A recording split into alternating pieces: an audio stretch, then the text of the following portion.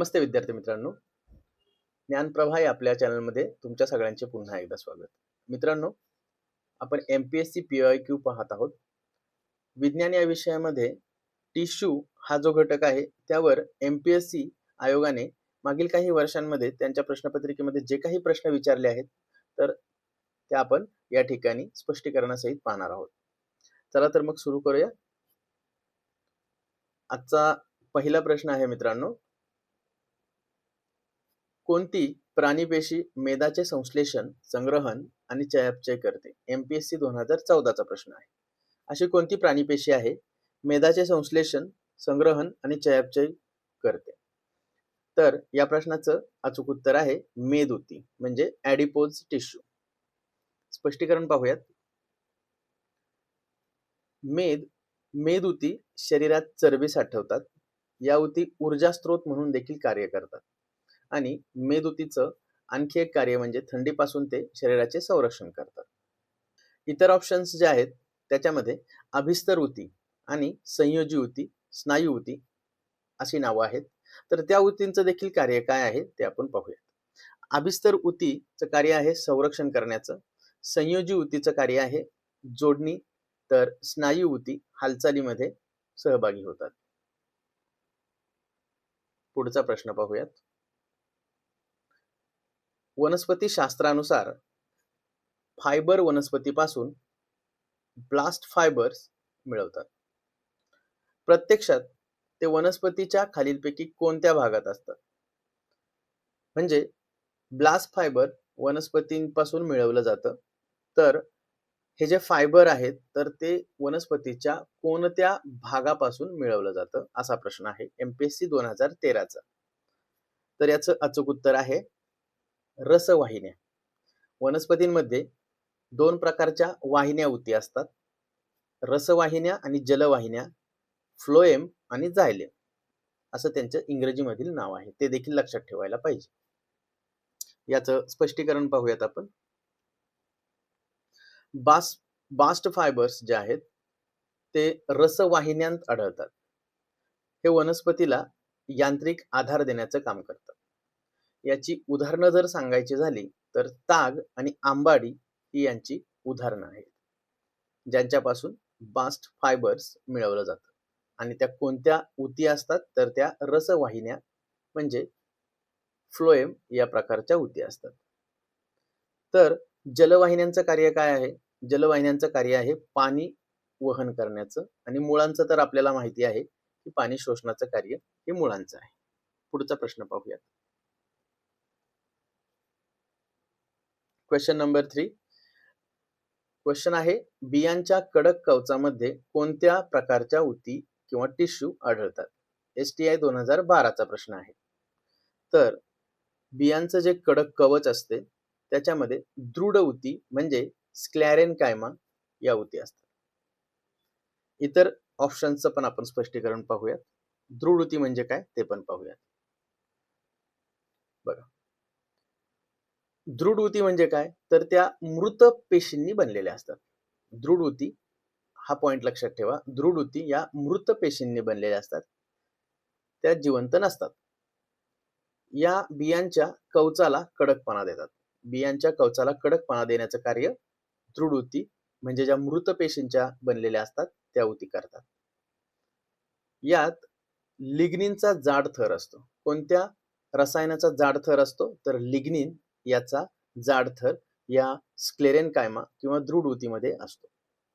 इतर ऑप्शन्स आहेत त्याच्यामध्ये स्थूल कोन याचं कार्य काय असतं तर याचं लवचिकता देण्यासाठी कार्य असतं. हरित उती म्हणजे अन्न निर्मितीचं कार्य हरित उती करतात. पुढचा प्रश्न पाहू. प्रश्न क्रमांक 4. अगदी सोपा प्रश्न आहे. रक्त ही टिंबटिंब प्रकारची उती आहे. रक्त कोणत्या प्रकारची उती आहे असा प्रश्न आहे. तर रिप्रोडक्टिव्ह आहे का? नाही. इपिथेलियल नाहीये. तर रक्त ही कनेक्टिव्ह प्रकारची म्हणजे संयोजी प्रकारची उती आहे. कशी काय ते बघूयात आपण.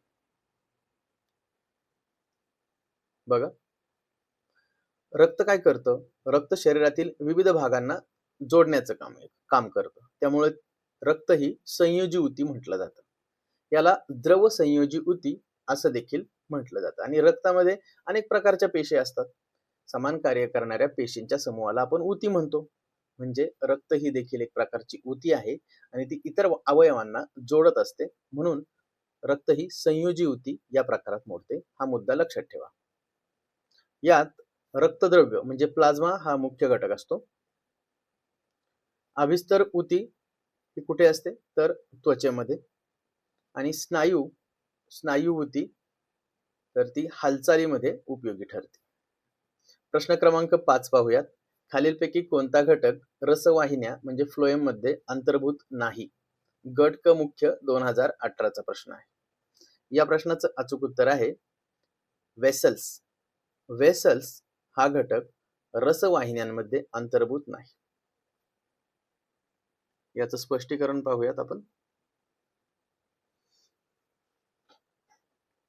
वेसल्स या फ्लोएम मध्ये म्हणजे रसवाहिन्यांमध्ये नसून त्या जलवाहिन्यांचा भाग आहे, म्हणजे झायलेमचा भाग आहे. सीव ट्यूब आणि कॉम्पॅनियन पेशी या रसवाहिन्यांत असतात. रसवाहिन्यांचं कार्य काय आपल्याला माहितीच आहे. रसवाहिन्या ह्या अन्नाचे वहन करतात. ऑप्शन मध्ये असलेले कॉम्पॅनियन पेशी आणि सीव ट्यूब या रसवाहिन्यांचा भाग असतात.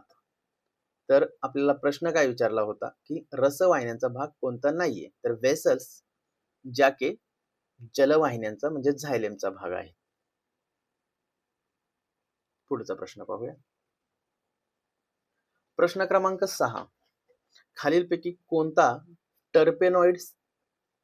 कोणास टर्पेनॉइड समजले जाते? राज्यसेवा पूर्व 2021. या ठिकाणी टर्पेनॉइड हे काय आहे? तर टर्पेनॉइड म्हणजे फक्त मेन्थॉल नाही तर जीवनसत्व अ आणि मेन्थॉल यांना मिळून या दोघांना टर्पेनॉइड असं समजलं जातं. स्पष्टीकरण पाहूयात. मेन्थॉल हे वनस्पतीपासून मिळणारे टर्पेनॉइड आहे. अजीवनसत्व म्हणजे रेटिनॉल देखील याच गटात मोडते. म्हणून त्या दोघांना मिळून टर्पेनॉइड असं म्हटलं जातं. हे सेंद्रिय रसायनांचा एक मोठा समूह आहे. टर्पेनॉइड्स या सुगंध आणि रंगासाठी महत्वाचे असतात. टर्पेनॉइड सुगंध आणि रंगासाठी महत्वाचे असतात. पुढचा प्रश्न पाहूयात. खालीलपैकी टिंबटिंब स्नायू आणि हाडास जोडते. स्नायू आणि हाडास जोडणारं कोणता घटक आहे? तर या प्रश्नाचं अचूक उत्तर आहे टेंडॉन. टेंडॉन काय करत असतं तर स्नायू आणि हाडे यांना जोडण्याचं कार्य करत असतं. स्पष्टीकरण पाहूयात. टेंडॉन स्नायूंना हाडांशी जोडण्याचं काम करतात. हे अत्यंत मजबूत आणि तंतुमय असतात. यामुळे आपण हातपाय हलवू शकतो. कशामुळे? टेंडॉन जे स्नायू आणि हाडे यांना जोडतात, त्यामुळे हालचालीला त्याचा वापर होतो किंवा उपयोग होतो. लिगामेंट जे पर्यायामध्ये लिगामेंट असं म्हटलंय, तर लिगामेंट काय करतं तर दोन हाडांना जोडण्याचं कार्य लिगामेंट करतं. स्नायू आणि हाडांना जोडण्याचं कार्य टेंडॉन करतं, तर लिगामेंट दोन हाडांना जोडण्याचं कार्य करतं. खुर्चा हे मऊ हाड असतं, त्याला कार्टिलेज असं म्हणतात. ठीक आहे, ही कन्सेप्ट क्लिअर असू द्या. ठीक आहे मित्रांनो, तर याप्रमाणे आपण या ठिकाणी हा व्हिडिओ संपवत आहे आणि तुम्ही व्हिडिओ पाहिल्याबद्दल अतिशय धन्यवाद. अशाच व्हिडिओंसाठी आमच्या चॅनलला नक्की सबस्क्राईब करा. भेटूयात पुढच्या व्हिडिओमध्ये. तोपर्यंत नमस्कार.